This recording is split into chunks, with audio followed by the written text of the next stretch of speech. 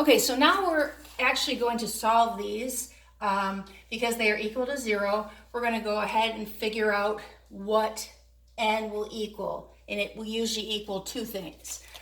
So here we have n squared minus 3n plus 2. It's a minus and a plus, so over here a minus and a plus is a minus minus. So I have n minus n minus. They have to multiply to equal 2, have that, and they have to add to equal negative 3. So we think of factors of 2, and it's only 1 and 2, and they're both going to be negative. So let's check that. Negative 1 times negative 2 is positive 2. Negative 1 plus negative 2 is negative 3. So it's going to be minus 3 minus 3. You could check that by multiplying it by FOIL, box, or distributive, or you could use that box method that I showed you before. But we are going to set these both equal to 0 and solve for n.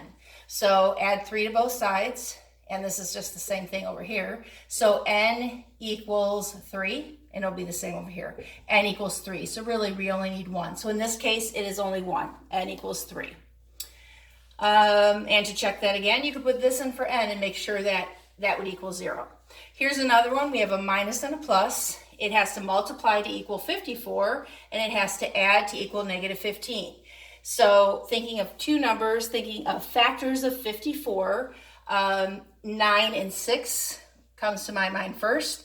If we have a negative 9 and a negative 6, multiply them together, we get positive 64. Add them together, we get negative 15. So this is it right here. So 6 and 9, to check those, you can use FOIL, distributive, or box and make sure that it equals this when we multiply. We also need to solve, so we're going to set these both equal to 0. On this one, add 9, so x equals 9. This one, add 6, so x equals 6. So these are our two answers, 9 and 6. To check those, put them back into the original, and when you fill that out for both 9 and for both 6, they should equal 0. On this one, we need it to equal 0. So we're first going to have to add 32 to both sides. So now we have x squared plus 12x plus 32 equals 0. We have a plus plus, so that means it's going to be a plus plus, x plus, x plus. They have to multiply to be 32, and they have to add to be 12. So thinking of 32, let's see, 16 and 2, 16 times 2.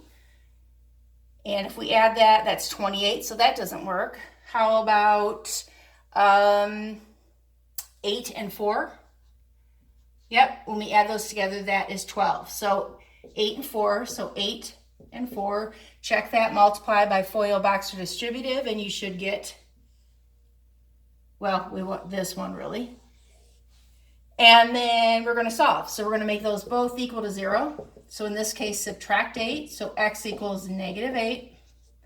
And in this case, subtract 4. So x equals negative 4. To check that, put it back into, you can put it back into the original right here. And when you multiply the negative 4 through and the negative 8 through, you should end up with negative 32.